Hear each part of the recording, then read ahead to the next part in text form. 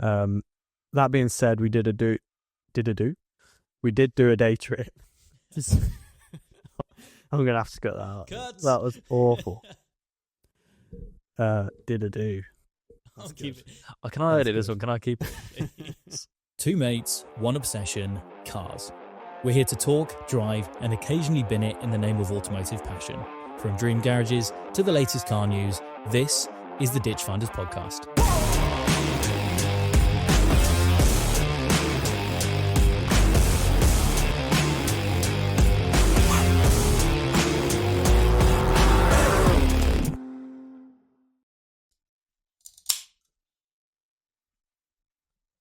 Only seems right, since it's been 30 odd degrees, to instead of a beer, go for a nice cider. Why not? Why not? Get in touch with our feminine side. It's been quite good actually, weather, isn't it? Very good. Well, a bit too good. As You missed many off, yeah. people from the UK will have agreed. You went on holiday. I did, but I didn't really get a break from it in Croatia. It's good, mate. A very good place there. Would recommend. And some nice driving roads. That was going to be my question. A, driving roads, and B, cars. Obviously known for its yachts and super yachts and all that sort of stuff, but cars? Not many cars. Okay. I wasn't exactly in the most drivable places. I was on Hvar, which is an island. Obviously, there are cars on the island. But I was mainly around the town, which is all just pedestrianised. Yeah, that being said, we did do a day trip to Starigrad, which is a nice harbour town on the island. We were on a coach. It felt a bit like the Italian Job when that bus is around those mountainous roads and almost falling in the sides. But the roads are very nice. Really? And very quiet and very smooth. Right. Head down there. The only other thing worth noting is I fell in love with the car in Split. Did you? It wasn't whilst you were having lunch, was it? And you sent me that. No. What, the Skoda Roomster? After your half an hour rant on the Skoda Roomster last episode, I just got a Snapchat from you of you fuming whilst waiting for your drinks or lunch or whatever it was. Waiting for my pizza. And it was just, well, you couldn't have got any It was clothes. in your face. It was in your A face. Skoda Roomster parked right next to where I was eating. What a view. That's karma, that is, after the last episode. Really is. But yeah, I fell in love with a car. That car was an Alfa Romeo 159 Ti with quadrifoglio wheels. And I've got a picture on my phone, but I can't show you because that's what's recording. I'll show you after. Overlay it. It I was want to see this. So beautiful. Red? White. White? And I'm not a massive fan of white cars, but it really worked, especially over there with the hot weather. It was so nice. And so now I have been looking on Auto Trader at 159s. And what year was that? Probably about 2010. Really? You can pick them. You can pick up a diesel one for like $2,000, but you get into the petrol ones, and then you can also get a 3.2 V6, which is obviously $5,000 to $10,000 depending on mileage and spec. Are they horrifically unreliable?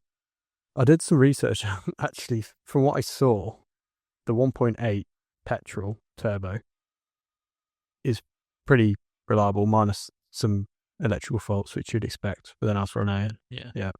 The 3.2, I'm not sure. I'm sure it would have some issues, but nothing disastrous by the sounds of it.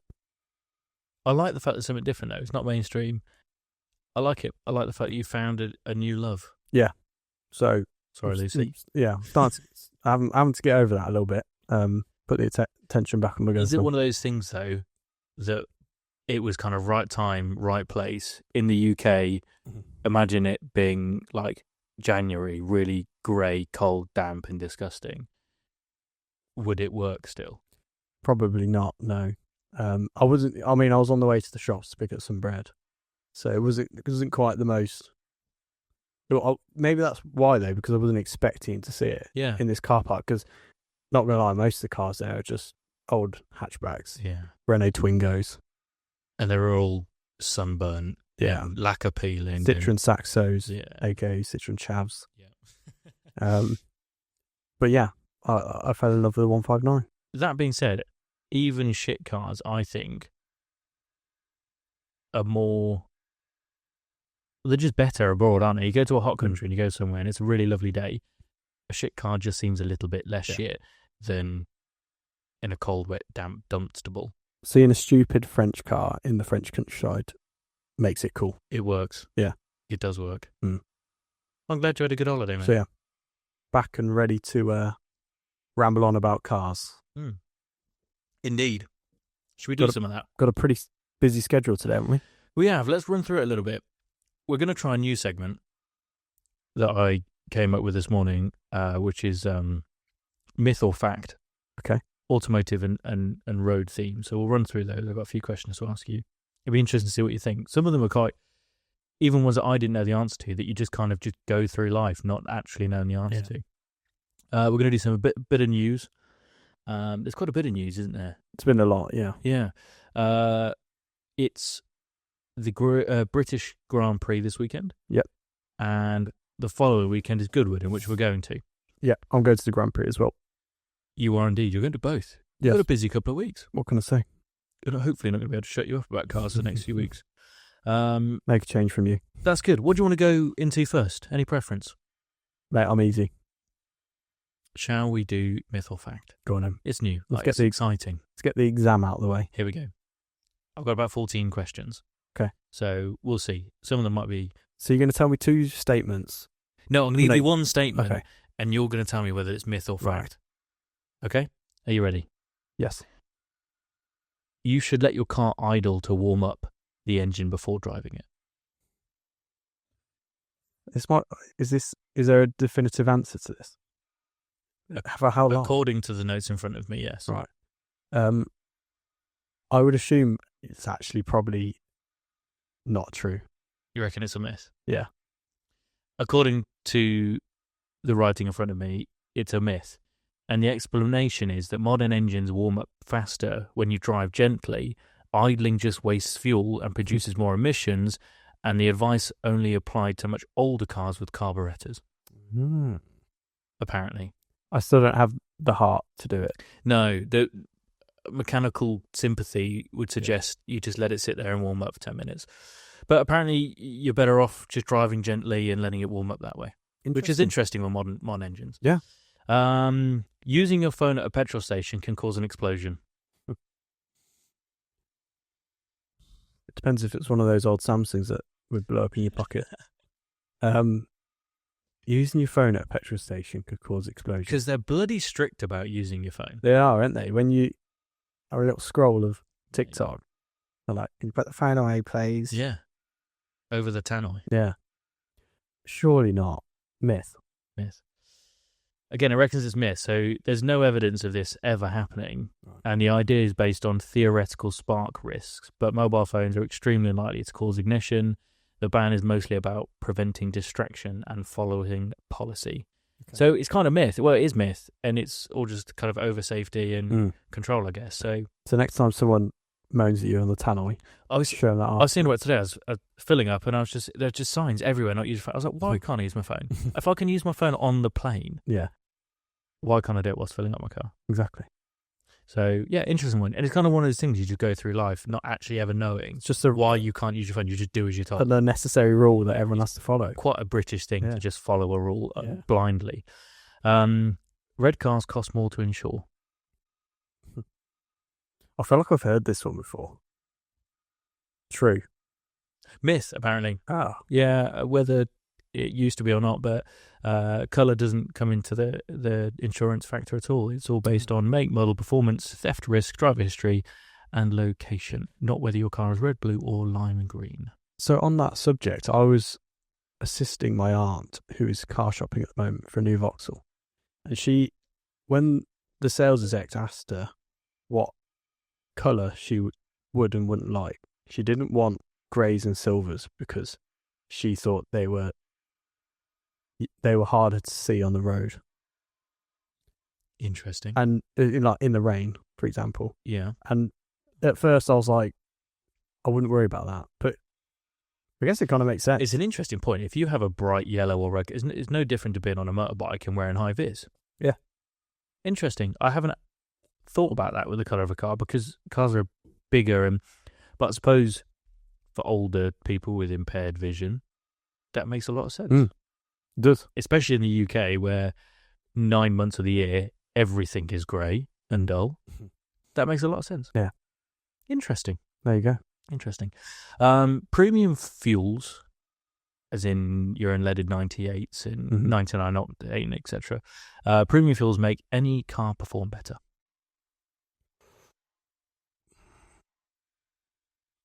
I mean, surely it's better for the engine, not necessarily perform better.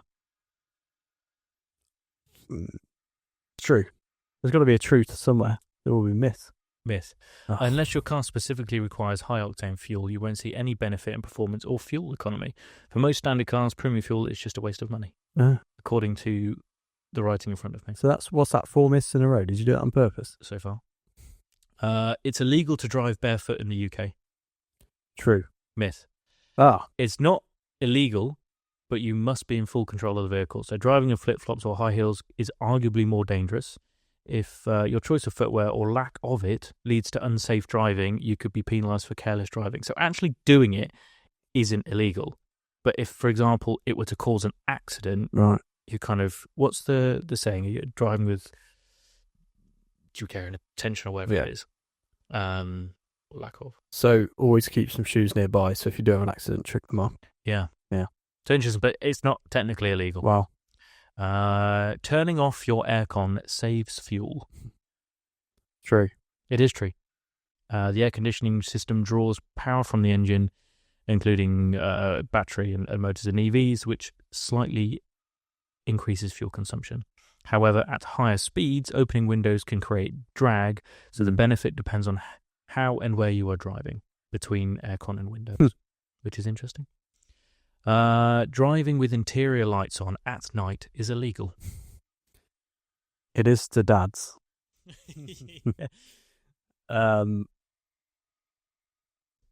There's got to be a truth, somewhat true.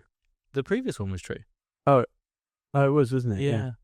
Okay, myth. It is a myth. It's not illegal, but it's discouraged because it can reduce visibility, causing reflections on the glass, and could distract the driver. So police can stop you if they think it's affecting your control or attention, but it's not actually against the law by default. Okay. You can be fined for leaving your engine running whilst parked. I know you can be fined if you're on your phone with the engine running whilst parked. Can you? I think. It's fact. So it's illegal under Rule 123 of Highway Code to leave your engine idling unnecessarily while parked, especially in built-up areas. Councils can issue fines for it, mostly to reduce emissions and noise. There was a big scandal about it in the winter where people would warm up their cars in order to defrost, and people were getting fines for leaving their car running in built-up areas. That's ridiculous. Number 9. It's illegal to flash your headlights to warn other drivers about a speed trap. I want to say true as well on that one. Yeah, it's true. Really? So whilst loads of drivers do it, it can be classed as obstructing a police officer or warning someone about a speed trap, which can lead to prosecution. It's considered interfering with police operations. Wow. I think that should be banned and we should all be allowed to do it. I agree. Number 10, you can get penalty points for driving too slowly. Penalty points. True. It is true. So driving significantly under the speed limit, especially on motorways or fast roads, can be considered careless or dangerous driving. It can lead to fines and even penalty points if causing obstruction or danger. Good. Which is good. Agree with that one. You can get a fine for splashing a pedestrian by driving through a puddle. Surely not. Myth. Fact. Deliberately or carelessly splashing a pedestrian is considered driving without reasonable consideration. It can land you with a £100 fine and 3 points. Yes. 3 points. Even if it is funny. 3 points, £100 fine, potentially. You can get done for drink driving on a bicycle. It's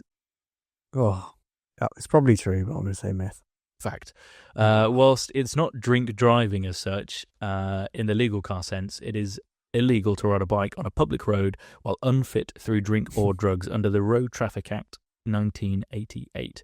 You won't lose your driving license, but you could be fined or arrested if unsafe. Wow. Yeah. I've definitely done that before. Yeah, man. It's illegal to eat or drink anything while driving. Myth. It's not illegal to eat or drink per se, but if it causes distractions and affects your control, you can be charged with careless driving. So that full English on your lap while doing 70 on the M25, not recommended. No. Finally, you can be fined for honking your horn at night. Fact.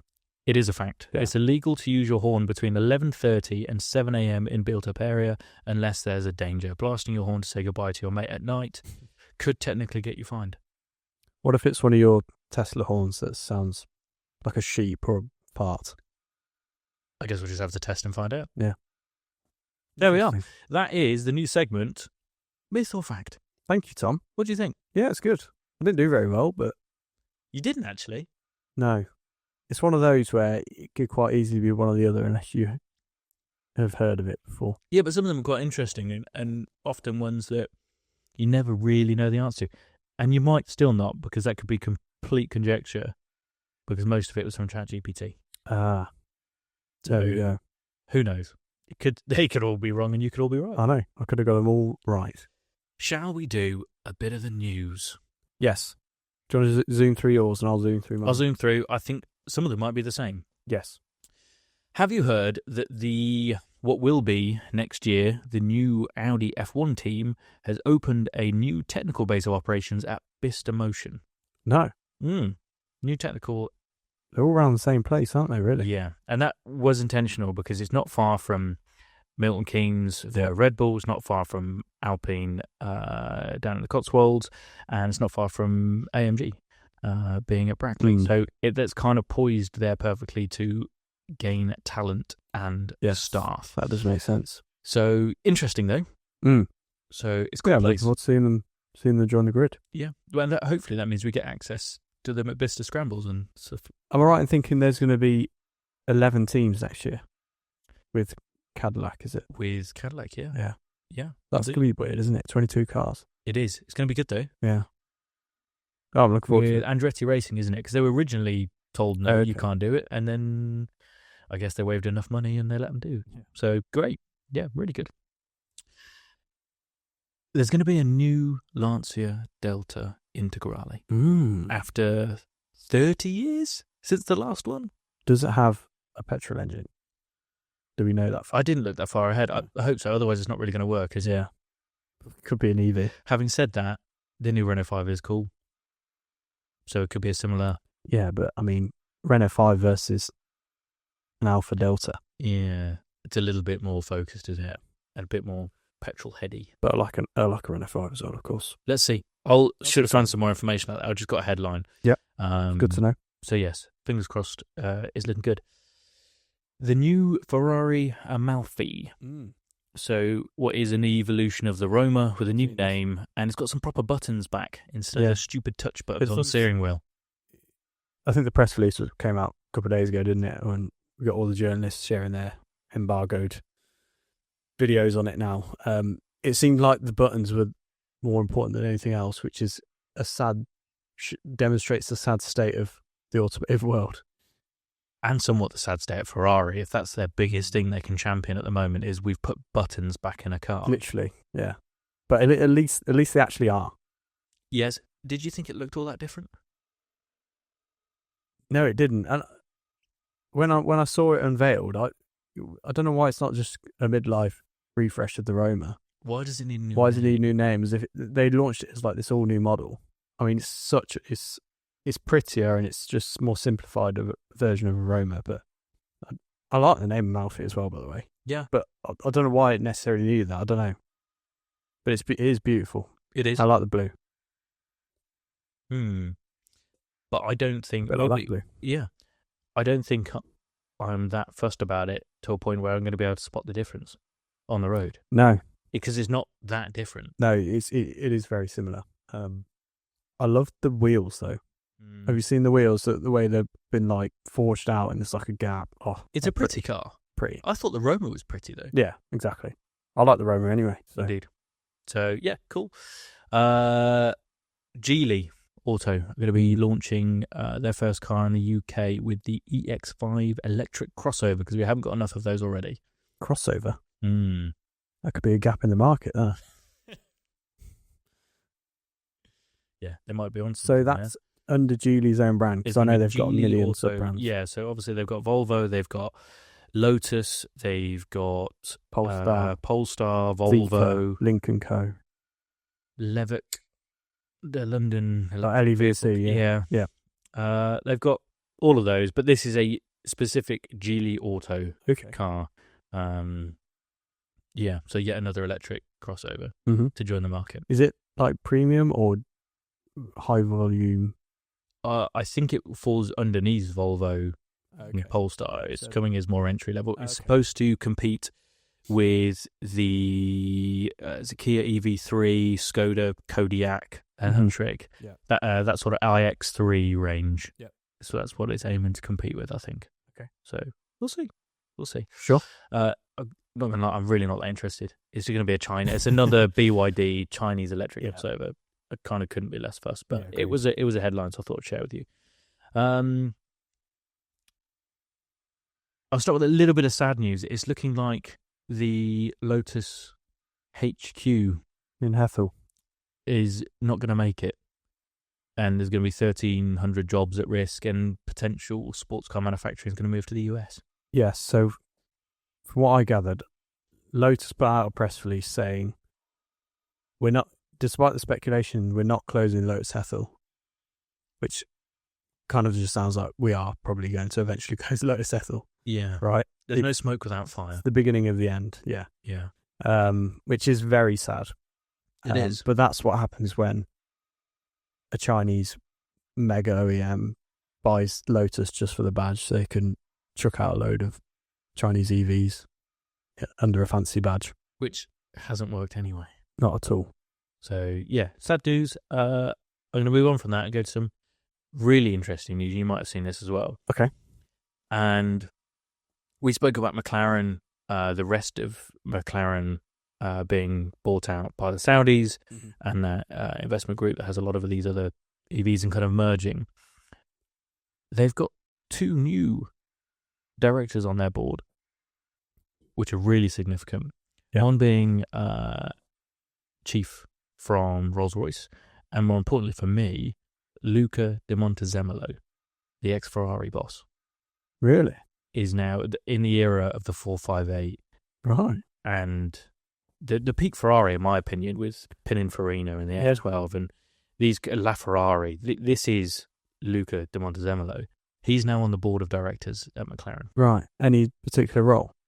I haven't looked that far into it. I just know I like him, I like his work, and I think McLaren are hopefully going to be making moves. And then the exciting thing about that is that could be McLaren and Aston Martin making moves in the sports and supercar market with some real people behind them, with the likes of Luca de Montezemolo, with Adrian Newey from the F1 side of things, and Aston Martin is looking like Aston Martin are poised, believe it or not, to be profitable. What? Soon, yeah. So it's all part of this big turnaround for Aston Martin, and I'm all for it. So it's nice to have, on paper, British car brands, although a lot of investment from elsewhere, and obviously with McLaren being bought out by the Saudis, it's still, in my eyes, a British sports car brand or supercar brand. Yeah. So exciting and really cool. Got some firepower behind it now, haven't they? Yeah. Especially with the 4.7 merger as well. Yeah. So there's a lot going on there, for sure. And I think peak Ferrari is him. And obviously look at where Ferrari, we've just discussed what Ferrari's latest thing is, and it's a little bit disappointing. So I think if he can bring some of peak Ferrari to McLaren and the cars that people actually want, I think. I wouldn't say the Amalfi is disappointing, by the way. No, but I think their sales pitch is disappointing. Yeah, the way they brand in the highlights. Yeah. Okay, that's interesting. Some manoeuvres in. Well, there's been a lot of manoeuvres in McLaren anyway, hasn't there? Indeed. But it seems like a smart move. Very much so. Let's see what you've got. What have you got for me, news? I'm going to zoom through this because otherwise it becomes a news episode. We'll see this at Goodwood next week. You'll be excited for this. The Hyundai Ioniq 6N. The bubble car goes faster. The bubble car with a spoiler. Christ, who is buying that? Sorry. Not sorry. I just really dislike that car. Yeah. Volkswagen Golf GTI Edition 50. Some stripes, some badges. 50 years of Golf GTI. On a pretty numb Golf, I was thinking, when I read that, the GTI and the Golf, I just don't really hear or see anything about them these days. No, I think because that car's produced in so many different ways now, whether that be from Audi or what did we drive the other day? Cupra. Oh, yeah. It's all the same thing. Yeah. It's all pretty numb and boring. And Shall we talk about the Cupra Leon quickly? go for it. So, a friend of ours recently purchased a brand new Cupra Leon. What's it called? The VZ3. Yeah. So, the top spec, lovely seats. Seats were by far the biggest highlight. Yeah, they were gorgeous. Big brake kit from Brembo. Yep. Some matte paint job that looks horrible to maintain. It looks good on the car, but I wouldn't want to own it. And he let us have a spin. So, has he got 300 horsepower? Yeah, 295 PS, something like that, yeah. Yeah, we both had a go, felt good, felt quick. But yeah, it just comes back to that numbness. And by the time I got out of it and drove home in my Z4, I was in a happier place. Objectively, it was a good car. Very good car. And as a daily, we both said that this would be such a good daily. And it was pretty quick, surprisingly front-wheel drive. You could definitely feel that. And couldn't put power down in first. Quite a bit of power for front-wheel drive. 300, yeah. But like I say, a little bit numb. And I was hoping for a bit more noise. This is like the Larry Cupra. And it was a bit... With 4 big exhausts. It was quite tame. In every capacity. It's quiet, except for it just spinning up in first. That's just new cars, unfortunately. It was really quiet. So there's not a lot to kind of write home about. No. Is there? But I did enjoy driving it. And it was a good nice experience. Thank you for letting us have a go. LFA successor spotted testing in California. Yes, I have. So potentially a hybrid twin turbo V8. So is that essentially the RCF engine? The LC500 engine? I think it'll be a bespoke engine for the car if it's an LFA successor. Okay. But who knows? Part of me thinks it's almost an LC successor. Yeah. I'm just a bit on the fence in that sense because the LC's due an update basically. Yeah. But they did unveil an LFA successor a while back, so it must be coming at some point, whether it's EV or not. Who knows? I don't even know how to say this. Koenigsegg Sedaeus Spear. Did see this. Named after a Koenigsegg's old racing horse, something. Okay. So it's a very track focused Jesko. Extremely cutest, yeah. If the Jesko wasn't fast enough, so I bet that'd be an absolute weapon. Indeed. Mercedes-Benz concept AMG GT XX. Did you see the video of it twirling around on some stage with some pyrotechnics? No. Doesn't sound good. Where do I even start? I don't even know what it is. It's like I think it was 4-door coupe. Looked kind of cool from the back. Not very AMG, but it looked cool. And then from the front, it's like a Maserati, but the bonnet's melted a bit, so it just kind of droops down. Give me the name of it again. I want to search this up. Search it. AMG GT XX. Oh. Okay. Ooh. You seen the front? I don't really know what to say. It looks like a Hot Wheels car. It just doesn't really look like a Merc. 1,340 horsepower. EV. No thanks. Yeah. It's stupid. Why? What are you doing? No one needs these stupid hypercars EVs. Everyone's tried, everyone's failed. It has a side profile that's less designed than a Tesla Model S. Yeah, so I don't know what that is, but I know what you mean about that. Unveiled. It's like a Maserati that's had its mouth stretched. Yeah, exactly. It just droops down. That's not nice to look at. No. The back looks kind of intriguing, but the front is just a no-go. Hyundai confirms Envision 74 concept. That retro almost Back to the Future looking thing. Yeah. Like it. Is going to go into production. Especially if they do it with the Ioniq 5N gear. Yeah. Torque Some trickery that yeah. makes it feel a bit more... It just looks cool. Combustible. There's some of these EVs now, and I keep referring back to it, like the Renault 5, that you almost forgive it for certain aspects just because it looks really cool. And they're starting to, unlike that Mercedes, have some design language and have a cool looking car. Just because it's electric doesn't mean it just has to look like a spaceship. And that's nice. Yeah, I appreciate what they're doing in that sense. At least they're trying to think outside the box, right? Indeed. So yeah, that's actually quite positive news. And then the last one on my list, Mercedes-Benz recalls most of their AMG ones due to fire risks. They didn't really go well, this whole project, did it? No. I mean, when you put an F1 car engine in a production car, it's not going to be... We should celebrate it, really. It's a really cool thing, but I don't think anyone, got their delivery on time.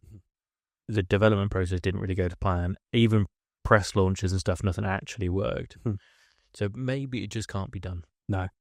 But do you want to know what the fire risk is? Is it something really silly? Yes. Missing cotter pins, which secure hydraulic lines to the rear spoiler, stopping hydraulic fluid spilling onto the engine. A lot of them are just missing these cotter pins. That's very not Mercedes, no. Is it? It's not very German, that. It's just so nuanced that it's like, how would they even find on a how many million pound car? But on such a limited number of cars, they can't do extensive testing, probably. So I find that quite amusing. Yeah. And there you go. There is the news roundup. Nice. Short and sweet. Quite long. Well, I guess we've got a lot to catch up on. Indeed. So yeah, that is the news summed up. I think we should probably move on to Silverstone GP. You're going, aren't you? Yes. Going on Sunday. Going on Sunday, yeah. It's looking like a keen washout. Little bit all weekend, which I think is going to make it interesting. Exactly. At least the racing will be good whilst I'm dripping. Yeah. Are you undercover? No. Ooh. We're going to have one of those shitty see-through anorak things or something. You're assuming the stand. I don't think it's going to be torrential rain. No, I think it's on and off. And again, like you say, that will make it quite interesting. Yeah. Tyre strategy-wise. Hamilton for the win? I would love to see that. Yeah. I've got my Ferrari top ready. I don't really sport a team, but I just thought Ferrari tops look cool. So I think there's going to be a lot of Ferrari tops there. Yeah.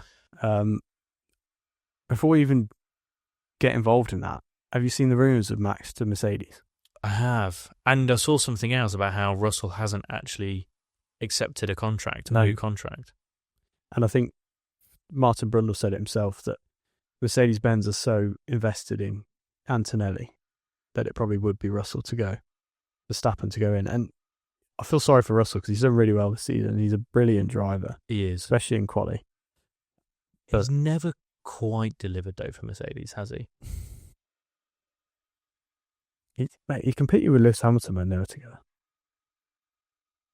But Verstappen is a better driver. It's just fact, isn't it? Interesting, isn't it? I don't know what to think of it, really. I kind of want to see it. I just want to see Verstappen somewhere else. Maybe that'll make me like him a bit more. Where do you think that's come from? Is that showing cracks in Red Bull since Newey's gone? Because there's so much talk about Horner moving as well. Oh, really? Yeah. I mean, there's been a lot of heat on him over the last few years. I think Max and his dad's relationship with Red Bull has really taken a turn in the last year or two. The car's not as competitive. His teammates, whoever the teammate is, it's just tainted that seat, isn't it? So, from a constructor point of view, they're just not even competitive. And you know what Verstappen's like. He wants to win everything all the time. And with regulation change and not having Newey, where do you go? Yeah, maybe he's predicting they'll be pretty good next year. Yeah. So that's very interesting. You wouldn't put it past Mercedes bringing out a great car with new specs, would you? No. They're a huge manufacturer. You should see what they're doing at HQ in Brackley. Yeah, but The buildings, they've almost doubled popping up their building space. It's crazy amount of work they're doing, and the construction that's going on there is the investment ploughing it. Oh, there's so much money, isn't there, in that? Crazy. Sport, though. Yeah. So in terms of the race weekend itself, I don't have too much to say. We could predict the winner and the best in quali. But I'm just looking forward to it. Hopefully it's good racing. Hopefully there's a bit of rain to cause some strategies. Generally does produce. Always does. Always does. If there's any track on the calendar that Austria's usually quite good, and Silverstone. So fingers crossed. Yeah. I'm going to be sat on at Chapel, so near the Weaves before the Hamilton Straight, I think. So yeah, should be really good. First, I went to the Friday practice last year, and it was good, but it's limited. Yeah, what you get to see. So yeah, proper bucket list this. Good, going to an actual race day. I hope it's good for you. Hopefully first of many in different countries. Indeed. So there you go. Should we predict? I want pole and I want winner from you. Oh, it's so hard to say. It probably is going to be a McLaren, isn't it? I would say Lando pole, but he'll probably bottle it in the race. And I'm going to say, I might even say Russell. Really? Because he's just going to be fired up from all these conversations. And Mercedes are pretty quick. Fuck it. I think Russell's going to put it on pole. Mm-hmm. I think Mercedes suits the Silverstone track. Yep. The fast flowing corners.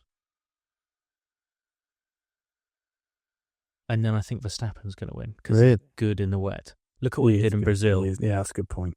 So even if he doesn't have the car underneath him, he can make the difference. I think Hamilton will do well. In the same way that Hamilton can do well in the wet as well. I think it could be interesting. Yeah, because Leclerc was on podium last week. A strange thing to discount both McLarens. Mm. Did you watch Austria? I did. Did you like the McLaren racing? Yes. It's interesting because they're still kind of going down this narrative of not having a number one driver. Yeah. Which is what they did last year until they did have a number one driver.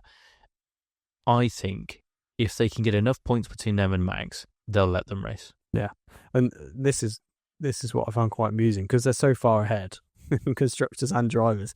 They're just like, fuck it, race. If you crash, you crash. I don't care. Which isn't it nice that they're actually just allowed to race? No. Yeah, it is, yeah. Yeah, it's what everyone wants to see, and I'm glad they're doing that. I think they probably want a few points in between them and Verstappen before. Yeah.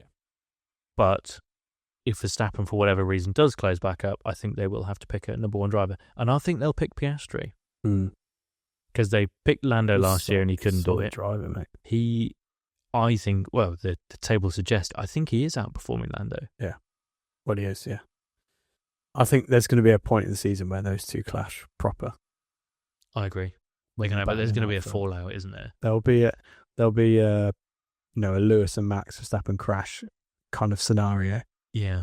And I don't think I think Piastri will be calmer than Lando. I agree. Yeah. I think Piastri will come out on top in that instance. And that's very commendable. Yeah. Isn't it? He's just got that kind of personality. He's not too fiery. Isn't he younger than us? I would have thought so, yeah. Yeah. Probably 24, 25, something like that. He's a dude. So, yeah. I'm looking forward to F1. We shall check back in afterwards and give you our thoughts on. Correct. It on next. I'll probably have a cold next time we record. Yeah, potentially. Fingers crossed you haven't, but it'll be all right. We'll probably also be talking about Goodwood. Yes. In greater detail, which we are finally going to together. It's my first time going there. I think we've probably mentioned it every episode since the start of the year. Yeah. I am it's, for me, how excited I used to get on the build up to Christmas. Yeah. It's just car porn. Yeah. I went once with my brother, probably 6 years ago, before COVID. And it was awesome. I felt like we almost didn't quite make the most of the day because we went on the Thursday and we didn't really, we were just so new to it. There's so much to look at. Yeah. And you just hear cars going up the hill. You're like, fucking hell, what's that? but like you're trying to tick it all off. So be prepared when we get there on the day. We'll get there early, and we're just going to be fucking bolting left to right, make sure we're seeing all the timed runs and whatever. But yeah, we'll try and make sure we get through everything. I'm not sure what to expect. Obviously, I understand the premise and understand what Goodwood is, and I've seen so much content on it. But I don't think you can get a full idea until you go there. It's a sound, mate. It's just, you forget how loud old cars are when they're at 20, 30 feet away from you. Old F1 cars just screaming past you without headphones on. This is another reason why electric cars on the whole don't work for petrol heads. Even if you can do some trickery and you can do some things that sound quite good, imagine Goodwood in 30 years and it's all electric cars. It doesn't have the same effect, does it? It just can't. No. And it's such an important thing. Yeah, if it was an all EV event, you just wouldn't have people turn up, would you? And I know we've banged on about it because we do really like what Longbow are doing and are really excited. Yeah. Out of all EVs, we are somewhat of a convert and are so much more open to the concept of EV sports cars more specifically. But I still am so skeptical about that specific element and how important noise is, for the same reason that I don't even like turbocharged cars. Do you know what I mean? Don't like the turbo whistle. It's going to be interesting. Oh, it's going to be so good, mate. I've got a list of who we know is attending so far. Should we go through that? Please. Yeah. So we haven't got everyone. We haven't collated all the press releases yet because we're about a week and a half away. But we do have some confirmations so far. So, in alphabetical order, Aston Martin DBXS. Yes. With the CarPlay Ultra. Yeah. Yep. Might be able to see that on their stand. This I'm excited for. Aston Martin Valhalla. Ooh, really excited for yes. this. So I think it's going to be that kind of car that you see in person like that. It's fucking beautiful. I think everything Aston. I am drinking Aston Martin Kool-Aid at the moment. It's so mad. I've just remembered that when we went probably 6 years ago, me and my brother, the Valkyrie was going up the hill. Yeah. How's it been around that long? Well, it kind of hasn't. It was still a development car, wasn't it? It wasn't a customer car. I can't even put into words, because me and Luke were by the start line when that went up. I've probably got a video of it somewhere. I can't put into words how loud and how high-pitched that car was when it went up. It was just mind-boggling. I was speaking to a customer on yesterday afternoon, and he not long got back from the Le Mans 24 Hours, and he was saying you've got all the cars going past, and then the Valkyrie AMR would just go past, and it would just scream, and you just melt. You can hear it on the TV when the live stream, the difference. I bet, yeah. So maybe even the AMR will go. We'll see.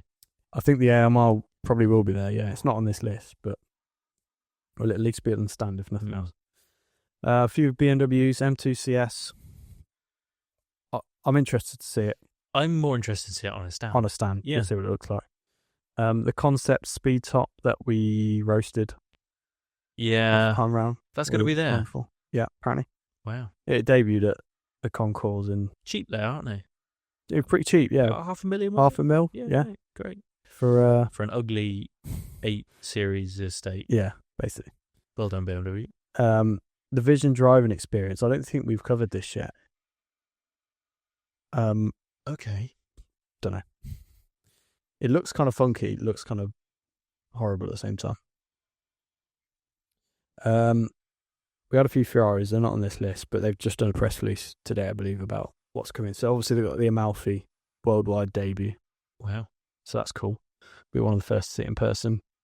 The 296 Speciale UK public debut. I think that'll look better in person than what it has done on the press release so far. Yeah. Yeah, because again, we did almost say we prefer the standard 296, which is see if we probably get all a right word to say. Yeah.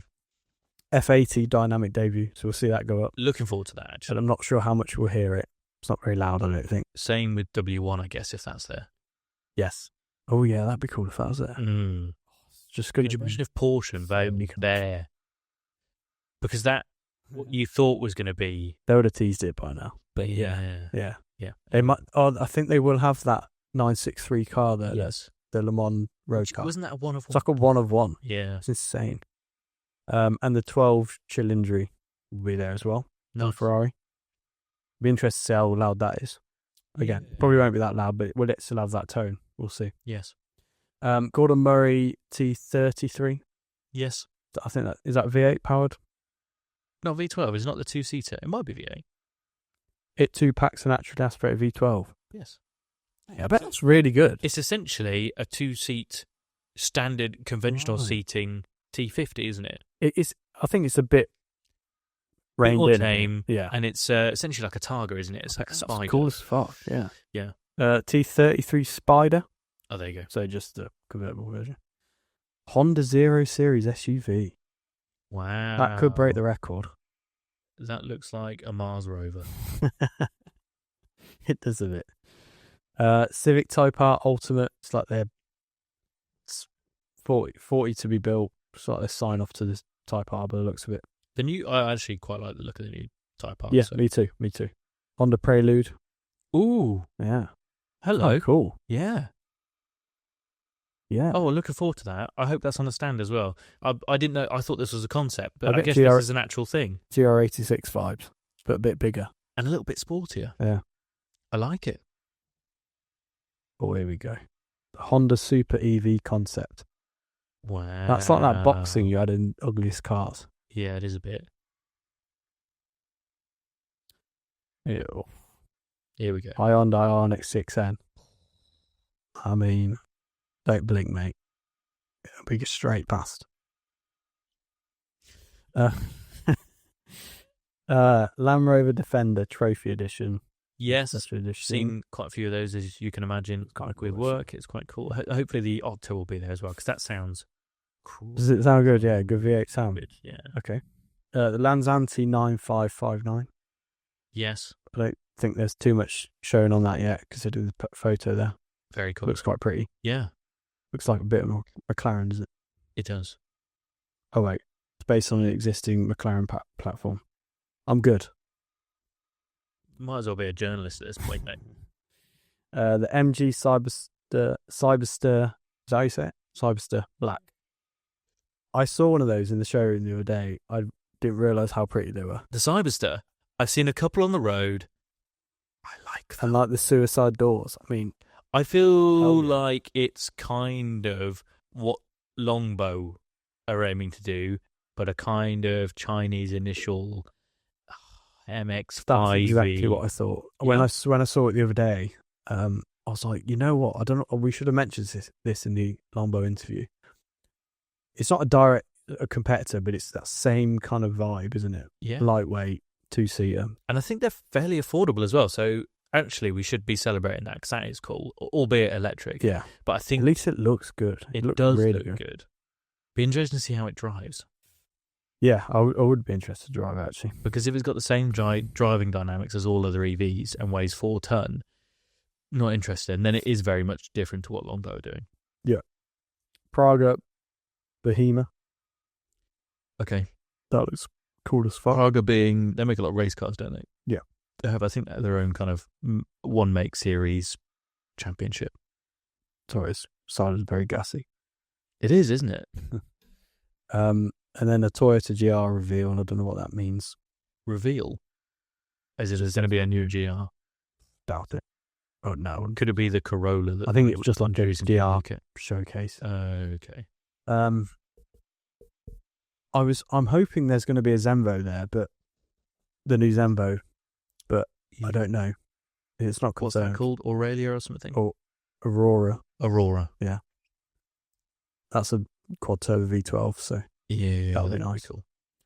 And I'm sure there's loads others, but they're the kind of headliners. Obviously, we discussed 1 or 2 debuts that will be there and unveilings. Could there be more? Because Goodwood in the past, they've launched... Oh, mate, definitely. With not having the Geneva Motor Show at the start of the year, they've started to launch cars at Goodwood, haven't they? A few surprises probably as well. Fingers crossed. Mate, there'll be loads announced between now and then anyway, but I think even on the weekend there'll be some kind of stuff that just pops up, you know, what the hell's this? Yeah. And it's obviously 75 years of F1 as well. Yes. So there's going to be even more F1 cars, heritage F1 cars than normal.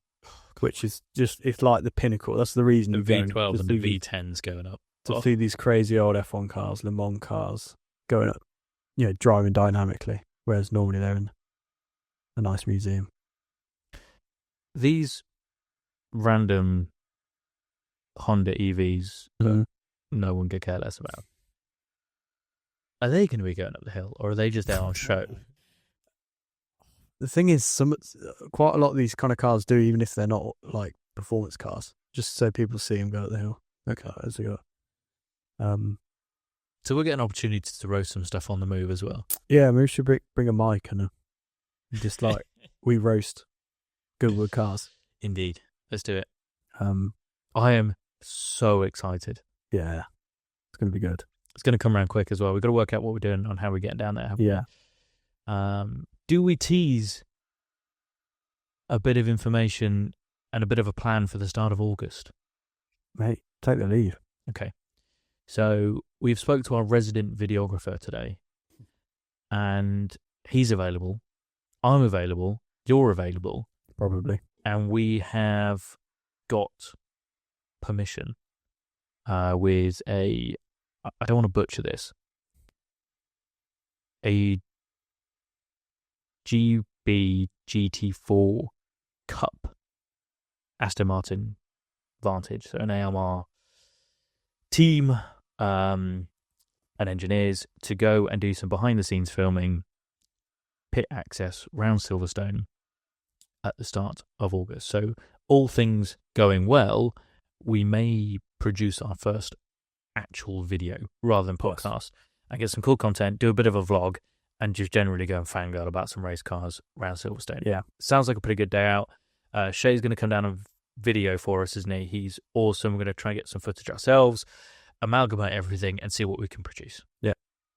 I think, we need to talk about the content and what the format will be, but I think the main thing is just to bring a taste of what it's like, because a lot of these are kind of self-funded amateurs, aren't they, right? Yes. What it is and what it takes to build one of these teams and maintain a car over a weekend. It's a bit of a pro-am series, so there's a bit of a mixture, and I think it changes over the weeks depending on whether they get a driver in, whether they do it themselves, or what have you. We're going to go find out, and we're going to share our experience and indulge, because if you really think about it, it's kind of what we said in the episode 1. All that we want this to do is open doors and gain access to things that we wouldn't necessarily usually do. And it already is. Yeah. We had an amazing chat with Longbow, now this, and some other opportunities that we've had, and just the ability to have chats and do this has been amazing, and self-indulge in the thing that we really like. So it's somewhat surreal. In a way, it's going to plan, which is unbelievable. Yeah, just act cool. Play cool. And thank you to anyone who's followed in and tuned in from the start. It's kind of cool trying to put myself in the shoes of anyone that has caught us on early. But to kind of follow a journey of people that you kind of relate to from quite early on is quite a cool thing. Because I've done it I did it with Seen Through Glass. Absolutely. Yeah. I've been watching him over 10 years, from when he had 10,000 subscribers or whatever, and now seeing what he does these days, it's just cool. And as much as we want it to open up doors and be able to indulge in the automotive industry and the things that we love in motorsport, we want it to be good still as well. We want to improve on all these things. We're quite self-critical, and that's part of the enjoyment, isn't it? So it's nice for us to see and for others to see what hopefully will be progress in all format, from the video to the audio to just ourselves and the way we speak or what we talk about and how. Hopefully we're improving. I think we are. Mate, how natural does this feel now compared to the first couple episodes? Well, we did 3 test episodes, did we? 2 or 3, yeah. With the most awkward thing. I'm glad we did those, because they're deleted and long gone. Erased from history.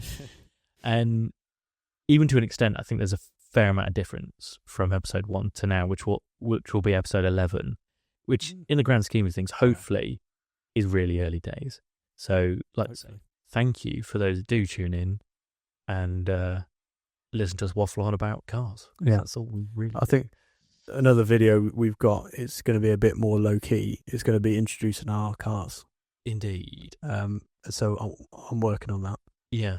And we'll get a video where we just kind of talk around our cars, give you a bit more of an insight into what we drive day to day. Almost video format of our podcast episode 1. Yeah, almost is. Yeah, just talking around the cars, showing you what we've got and why we're doing it again, but in video format. Mine is not going to be around for a whole lot longer, I don't think. So better get it in now. Yeah, let's get it sorted, especially whilst we've got summer and weather. In the UK has actually been quite good. It's been pretty good. Amazing. Yeah, we need to do the Dream Car Garage quickly. Have we not done that yet? No. Oh, jeez. You did your little Mythbusters at the start. Yes, of course. Right. For this episode's Dream Car Garage, it's a 2-car garage again.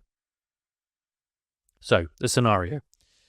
You've inherited a very British charming holiday home in the countryside, and you need 2 cars for your weekend or holiday getaways. Your first car needs to be a practical vehicle, a car that you use to get to and from the cottage, fairly utilitarian, and needs to get you there. It needs to handle narrow country roads, gravel tracks, and carry everything you need for days out at the beach, etc. And you've got a budget of £20,000 for that one. Your second car, your fun car, is a car that actually stays at the cottage for those spontaneous weekend drives. It should be exciting to drive, but doesn't need to be overly practical. The budget for that is £10,000. Bonus points for making it British themed to match your cottage, whether it's a British manufacturer or with a UK history, just something that feels perfect for a weekend getaway in the countryside. Okay. First comment, the budget's the wrong way around. 20 grand for the weekend car, 10 grand for the daily, please. I know what you mean.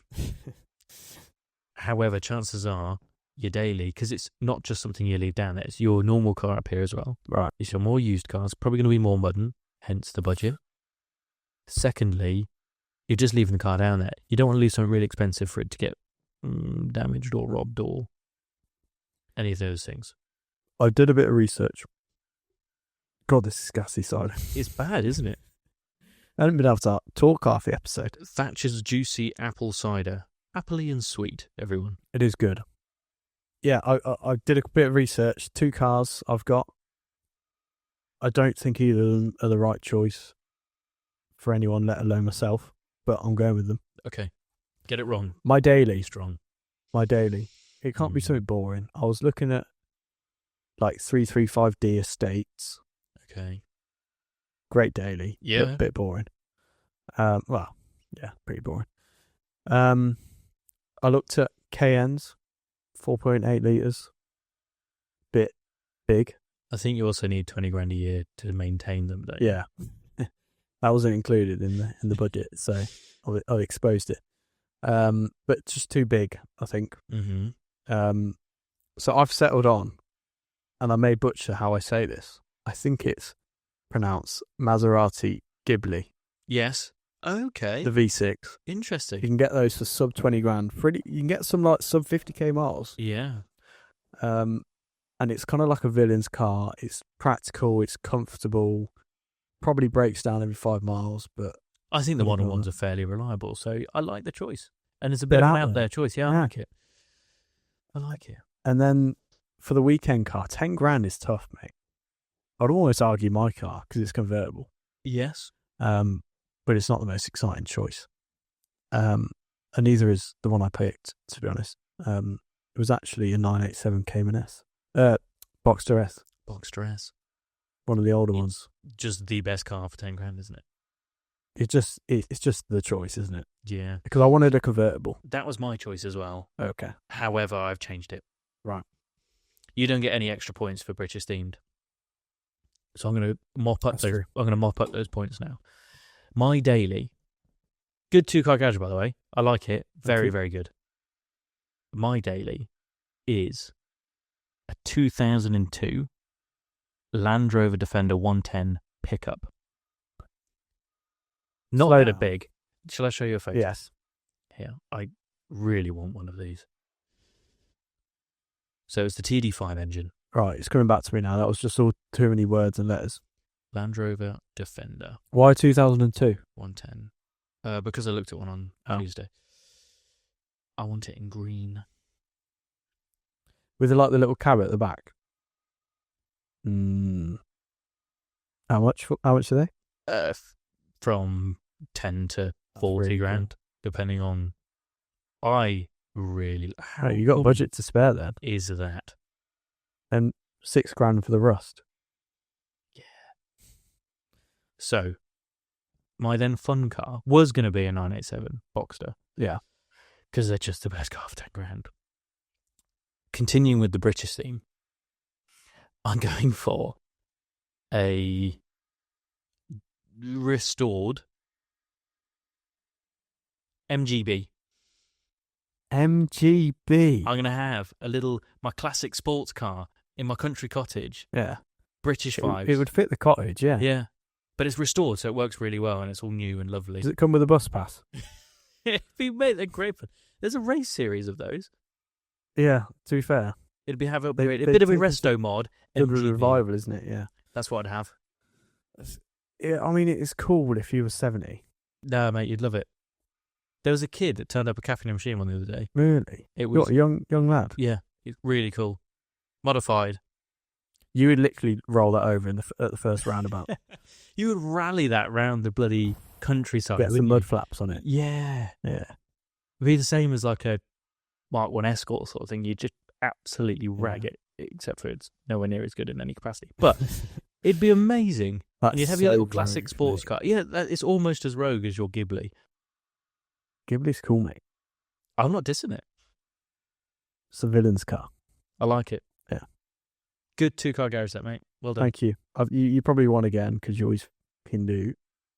But thank you. Thanks for the only because of the British extra points that I've put in there. Yeah. No, otherwise, you had it. You've definitely followed the question better than me there. Indeed. Thank you again for watching if you still are. We shall catch you. Hopefully, what's going to be some quite exciting news, whether it be the F1, certainly Goodwood, if we haven't calmed down by the time we record. So we'll be recording, recording just after Goodwood, wouldn't it? It's going to be literally 3-4 days after we was in there. So I might not have stopped shaking. We shall see. We'll see you then. Yeah. Thanks for watching.